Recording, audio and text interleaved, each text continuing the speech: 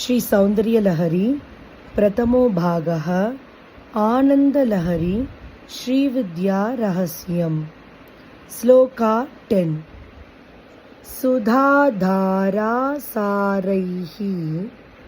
शरणयुगलान्तर्विगलितैः प्रपञ्चं सिञ्चन्ति पुनरपि रसाम्नाय महसः अवाप्य स्वां भूमिं भुजगनिभम् अद्युष्टवलयम् स्वमात्मानं कृत्वा स्वपिशिकुलकुण्डे गुहरिणि सुधाधारा सारैः शरणयुगलान्तर्विगलितैः प्रपञ्चं सिञ्चन्ति पुनरपि रसाम्नाय महसः अवाप्य स्वां भूमिं भुजगनिभम्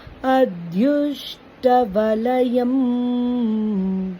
स्वमात्मानं कृत्वा स्वपिशिकुलकुण्डे गुहरिणि।